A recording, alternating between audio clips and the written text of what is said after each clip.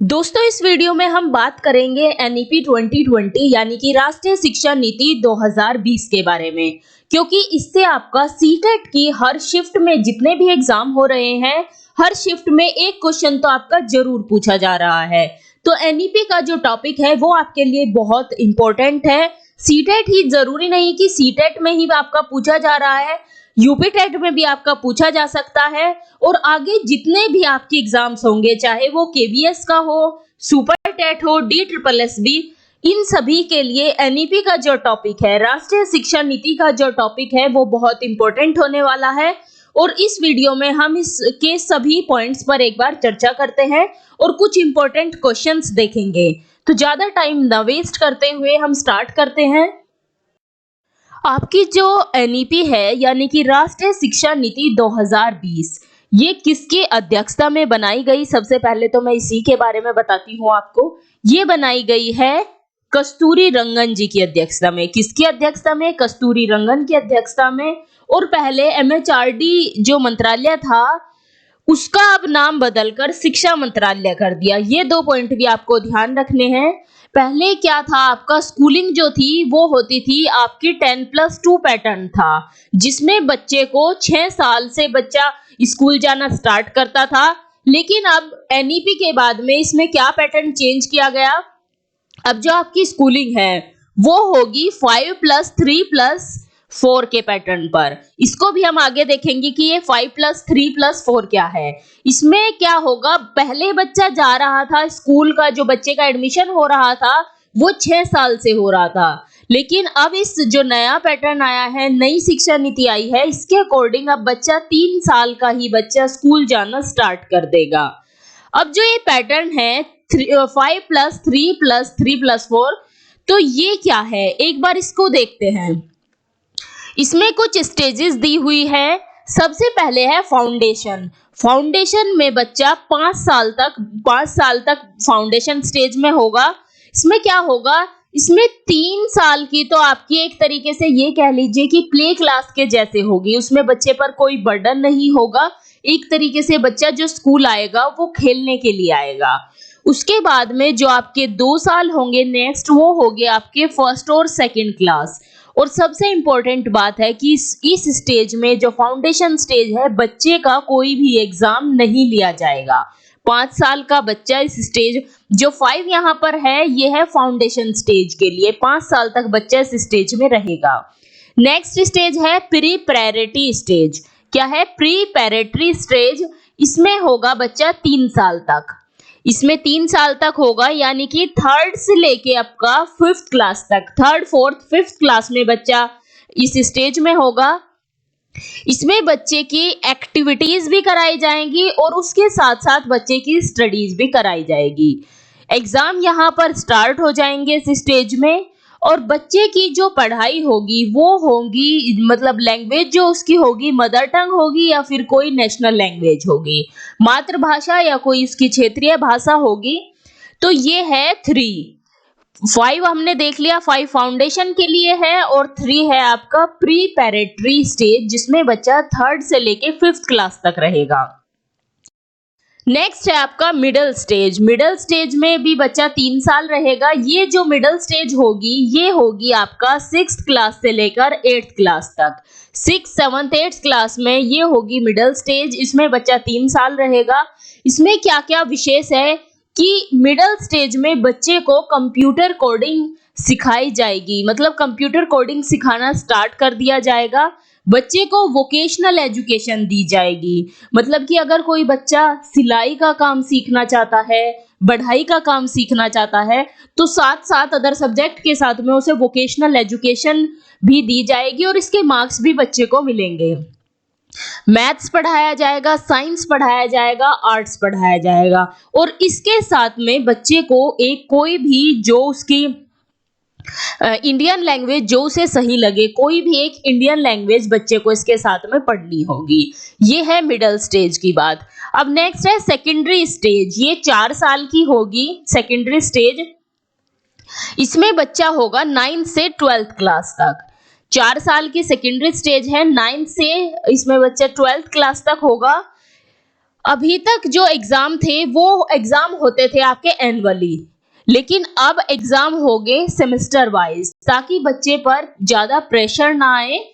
तो exam semester wise होंगे, हर 6 month में बच्चे के एग्जाम होंगे। और सबसे बड़ा जो चेंज हुआ है वो हुआ है नो स्ट्रीम। मतलब कि जब बच्चा 11th क्लास में आता था तो उसे सिलेक्ट करना पड़ता था कि उसको कॉमर्स लेना है, साइंस लेना है या आर्ट्स लेना है। क्योंकि अगर उसको बच्चा कॉमर्स के सब्जेक्ट लेगा तो वो अकाउंट्स, बिजनेस, ये सारे सब्जेक्ट उसे लेने ही पड़ेंगे, या फिर अगर साइंस लेगा तो फिजिक्स, केमिस्ट्री, मैथ्स उसके साथ उसको सारा लेना पड़ेगा। लेकिन अब ये बाउंडेशन नहीं रही, अपने अकॉर्डिंग बच्चा मल्टीपल सब्जेक्ट सेलेक्ट कर सकता है। अगर बच्चा ज्योग्राफी पढ़ना चाहता है, वो ज्योग्राफी के साथ में फिजिक्स भी पढ़ सकता है। तो ये बाउंडेशन खत्म कर दी गई, मल्टीपल सब्जेक्ट बच्चा अपने अकॉर्डिंग सेलेक्ट कर सकता है। उसके बाद है क्रिटिकल थिंकिंग पर फोकस किया जाएगा, ठीक है। और एक चीज और है, बच्चा इस स्टेज में, सेकेंडरी स्टेज में फॉरेन लैंग्वेज ले सकता है। ये जो है फॉरेन लैंग्वेज, ये कंपलसरी नहीं है, ये मैंडेटरी है। और एक फॉरेन, बाकी कोई भी फॉरेन लैंग्वेज ले सकता है, लेकिन एक चाइनीज लैंग्वेज है वो नहीं ले सकता। मंडारी एक चाइनीज लैंग्वेज है, वो बच्चा नहीं ले सकता। बाकी के सभी फॉरेन लैंग्वेज बच्चा ले सकता है। तो ये 4 स्टेजेस थी, 5+3+3+4 इसके लिए। अब नेक्स्ट है ग्रेजुएशन का। ग्रेजुएशन में के लिए क्या क्या चेंजेस हुए हैं एनईपी 2020 में, वो देखते हैं। अभी तक क्या था, ग्रेजुएशन आपको, जो आप ग्रेजुएशन करते थे वो आपको 3 इयर्स की करनी होती थी। 3 इयर्स की ग्रेजुएशन आपको करनी होती थी, लेकिन अब ग्रेजुएशन 4 साल की कर दी गई। और सबसे बड़ी बात यह है कि यदि आपने 1 या 2 साल करने के बाद आपकी किसी वजह से पढ़ाई छूट गई, तो आप दोबारा, अगर पहले क्या था, अगर आप दोबारा ग्रेजुएशन करेंगे तो आपको स्टार्टिंग से ही करना होता था। लेकिन अब जहां से आपकी पढ़ाई छूटी है, अगर आपने 2 साल की कंप्लीट कर ली तो आप 3rd ईयर से स्टार्ट करेंगे। ये बहुत अच्छा हुआ है इसमें। ग्रेजुएशन में यदि आप 1st ईयर कंप्लीट कर लेते हैं, उसके लिए आपको जो उसके लिए जो आपको सर्टिफिकेट मिलेगा उसे बोला जाएगा ग्रेजुएट सर्टिफिकेट। अगर आप 2 साल ग्रेजुएशन के कंप्लीट कर लेते हैं और जो सर्टिफिकेट उसके लिए दिया जाएगा उसे बोला जाएगा ग्रेजुएट डिप्लोमा।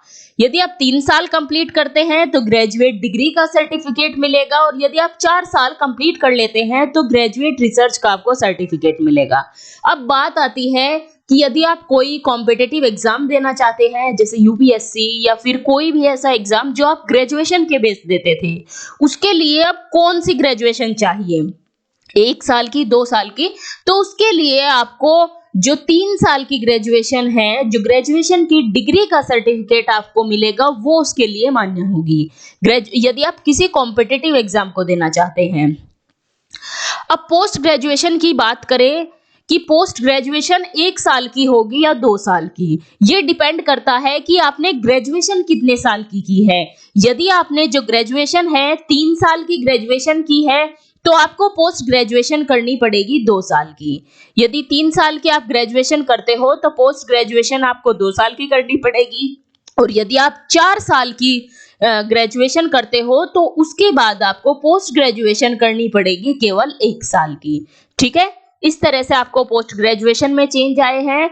नेक्स्ट है एमफिल के बारे में। एमफिल की जो डिग्री थी उसको खत्म कर दिया गया, एमफिल की डिग्री को खत्म कर दिया गया। और एक चेंज आया है पीएचडी में। अब पीएचडी जो है वो 4 साल की कर दी गई, ठीक है। तो ये सारे पॉइंट, आपके जो इंपॉर्टेंट पॉइंट थे एनईपी से, वो मैंने आपको बता दिए हैं। इन सभी पॉइंट को आप एक बार ध्यान रखना। बाकी के जो पॉइंट्स है वो हम क्वेश्चंस करते हुए देख लेंगे एक बार। अब देखते हैं क्वेश्चंस को।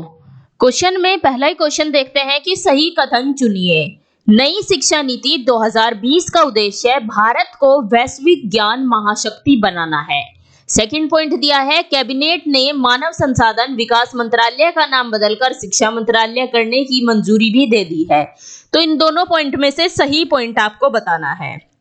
इसका सही जवाब होगा ऑप्शन सी, यानी कि इसमें दोनों ही पॉइंट सही है। जो नई शिक्षा नीति है 2020, उसका उद्देश्य है भारत को वैश्विक ज्ञान महाशक्ति बनाना, और मानव संसाधन विकास मंत्रालय का नाम बदलकर भी अब शिक्षा मंत्रालय कर दिया गया। तो इसमें दोनों ही पॉइंट सही है। नेक्स्ट क्वेश्चन है, मंत्रिमंडल द्वारा मंजूरी दी गई नई शिक्षा नीति स्वतंत्रता के बाद से भारत में शिक्षा के ढांचे का केवल डैश प्रमुख सुधार है। तो इसमें आपको बताना है कि कौन से नंबर की ये शिक्षा नीति है, कौन से नंबर की एजुकेशन पॉलिसी है। तो इसका सही जवाब होगा ऑप्शन ए, तीसरे नंबर की। इससे पहले नई शिक्षा नीति 2020 से पहले 2 और शिक्षा नीति आ चुकी है, तो ये है तीसरे नंबर की। नेक्स्ट क्वेश्चन है, निम्नलिखित में से किस वर्ष में शिक्षा नीति शुरू नहीं की गई थी। ध्यान रखना है आपको, क्वेश्चन बहुत ध्यान से देखना है, नहीं आपको यहाँ पर दिया हुआ है किस वर्ष में शिक्षा नीति शुरू नहीं की गई थी। ऑप्शंस है 1968, 1986, 2020 या फिर 1980। तो इसका सही जवाब है 1980 में नई शिक्षा नीति नहीं आई थी। बाकी के जो 3 ईयर है, 1968 में भी शिक्षा नीति आई थी, 1986 में भी आई थी और अभी जो नई शिक्षा नीति आई है ये आई है 1920 में। ठीक है। नेक्स्ट क्वेश्चन है, स्कूली शिक्षा में 100% सकल नामांकन अनुपात GER, इसको बोला जाता है ग्रोस एनरोलमेंट रेशो, के साथ पूर्व स्कूली से माध्यमिक स्तर तक शिक्षा का सार्वभौमिकरण किस वर्ष तक किया जाएगा। तो 100% ग्रोस एनरोलमेंट रेशियो जो है वो कौन से वर्ष तक किया जाएगा, ये आपको बताना है। इसका सही जवाब होगा ऑप्शन सी, 2030 तक। ठीक है। नेक्स्ट क्वेश्चन है, वर्तमान 10+2 शिक्षा प्रणाली को एक नई प्रणाली द्वारा प्रतिस्थापित किया जाएगा। तो ये मैं आपको बता चुकी हूं, इसका सही जवाब होगा ऑप्शन डी, यानी कि 5+3+3+4। अब ये पैटर्न चलेगा, पहले 10+2 पैटर्न था लेकिन अब होगा 5+3+3+4। नेक्स्ट क्वेश्चन है, निम्नलिखित में से कौन सा एक बच्चे के मानसिक संकायों के विकास के लिए महत्वपूर्ण चरण के रूप में विश्व स्तर पर मान्यता प्राप्त है। इसमें आपसे पूछा है कि बच्चे के मेंटल डेवलपमेंट के लिए क्रूशियल स्टेज कौन सी है। ऑप्शंस है 3 से 6 साल, 6 से 9 साल, 9 से 12 साल या फिर 5 से 8 साल। बच्चे के मेंटल डेवलपमेंट के लिए क्रूशियल स्टेज इसमें आपसे पूछी है, इसका सही जवाब होगा ऑप्शन ए, 3 से 6 साल। क्योंकि आपने देखा होगा जब बच्चे इस स्टेज में होते हैं 3 से 6 साल की स्टेज में, तो बच्चे बहुत ज्यादा क्वेश्चंस करते हैं, नई नई चीजों को जानने की उनकी उत्सुकता रहती है। तो इसका जो सही जवाब होगा, क्रूशियल स्टेज जो है मेंटल डेवलपमेंट के लिए, वो है 3 से 6 साल। नेक्स्ट क्वेश्चन है, उच्च शिक्षा में सकल नामांकन अनुपात किस वर्ष तक बढ़ाकर 50% किया जाना है। यहां आपसे पूछा है उच्च शिक्षा में, यानी कि हायर एजुकेशन में। इससे पहले जो हमने क्वेश्चन देखा था उसमें पूछा था आपसे प्राथमिक शिक्षा में, तो उच्च शिक्षा में आपको बताना है। इसका सही जवाब होगा ऑप्शन सी, यानी कि 2035 तक। अगर बात प्राथमिक की होती तो वो 2030 तक होता, लेकिन बात है यहाँ पर उच्च शिक्षा की, तो उच्च शिक्षा में सकल नामांकन अनुपात बढ़ाकर 50% तक किया जाना है, ये 2035 तक किया जाना है। नेक्स्ट क्वेश्चन है, सही कथन चुनिए। यहाँ पर 2 पॉइंट दिए हुए हैं। फर्स्ट पॉइंट है मातृभाषा या फिर क्षेत्रीय भाषा में कम से कम 5वीं क्लास तक पढ़ाना। सेकंड है किसी भी छात्र पर कोई भाषा आरोपित नहीं की जाएगी। तो इसमें से सही पॉइंट आपको बताना है। इसका सही जवाब होगा ऑप्शन सी, यानी कि फर्स्ट और सेकंड दोनों ही पॉइंट इसके लिए सही है। नेक्स्ट क्वेश्चन है, नई शिक्षा नीति 2020 में किस शैक्षिक पाठ्यक्रम को समाप्त कर दिया गया। कौन से शैक्षिक पाठ्यक्रम को समाप्त कर दिया गया, मैं बता चुकी हूं ये कि एमफिल की जो डिग्री है वो खत्म कर दी गई। तो इसका सही जवाब होगा option A, MPhil. Next question है, शिक्षा है एक, इसके लिए आपके ऑप्शंस है संघ सूची विषय, राज्य सूची विषय, समवर्ती सूची विषय या फिर कोई नहीं। इसका आपको पता होगा, इसका सही जवाब होगा शिक्षा एक समवर्ती सूची का विषय है। ठीक है। नेक्स्ट क्वेश्चन है, छात्रों के आकलन के लिए राष्ट्रीय मूल्यांकन केंद्र बनाया गया, इसका नाम क्या है। ऑप्शंस है परख, सरलता, शिक्षण या फिर अध्ययन। तो जो मूल्यांकन केंद्र बनाया गया है आकलन के लिए छात्रों के, उसका नाम है परख। क्या नाम है? परख। और परख की आपको फुल फॉर्म भी याद रखनी है। परख की फुल फॉर्म है performance assessment review and analysis of knowledge for holistic development. परख की जो फुल फॉर्म है वो भी आपको ध्यान रखनी है। नेक्स्ट क्वेश्चन है, नई शिक्षा नीति 2020 किसने तैयार की? ये भी मैं आपको बता चुकी हूँ। कौन थे वे? कस्तूरी रंजन जो समिति थी उन्होंने तैयार की थी। अगला क्वेश्चन देखते हैं, 2020 की नई शिक्षा नीति में संख्या 5 को किस चरण में कहा जाता है? तो कौन सी स्टेज में जो संख्या 5 है उसे दर्शाया जाता है? ऑप्शन है middle stage, foundation stage, secondary stage या फिर प्रीपैरेटरी स्टेज। तो संख्या 5 जो है वो दर्शाता है फाउंडेशन स्टेज को। कौन सी स्टेज को? फाउंडेशन स्टेज को दर्शाता है। आपका जो नया पैटर्न है 5 3 3 4 जो पैटर्न है इसमें 5 दर्शाता है फाउंडेशन स्टेज को। नेक्स्ट जो 3 है 3 दर्शाता है प्रीपैरेटरी स्टेज को। नेक्स्ट जो तीसरा है वो दर्शाता है आपका मिडिल स्टेज को और 4 दर्शाता है आपका सेकेंडरी स्टेज को। ठीक है, ये भी आपको ध्यान रखना है। 5 किसको दर्शाता है? 5 दर्शाता है फाउंडेशन स्टेज को। नेक्स्ट क्वेश्चन है, किस स्तर से नई शिक्षा नीति 2020 में विदेशी भाषा शिक्षण शुरू होगा? ये भी मैं आपको बता चुकी हूँ। ऑप्शन है इसके लिए प्राइमरी लेवल, सेकेंडरी लेवल या फिर बोथ फर्स्ट एंड सेकेंड। इसका सही जवाब होगा ऑप्शन बी यानी कि सेकेंडरी लेवल से। अगला क्वेश्चन देखते हैं, नई शिक्षा नीति 2020 के अनुसार पांचवी कक्षा तक की शिक्षा किस भाषा में होगी? नई शिक्षा नीति 2020 के अनुसार 5वीं कक्षा तक की शिक्षा किस भाषा में होगी? तो इसका सही जवाब होगा मातृभाषा, स्थानीय भाषा या फिर क्षेत्रीय भाषा। नेक्स्ट क्वेश्चन है, एनईपी 2020 देश के विकास पर जोर देता है। इसके लिए ऑप्शंस है दुनिया में सबसे अच्छा बुनियादी ढांचा, सेकंड है 100% रोजगार देने का प्रावधान, थर्ड है मुफ्त शिक्षा देने का प्रावधान और फोर्थ है प्रत्येक व्यक्ति की रचनात्मक क्षमता।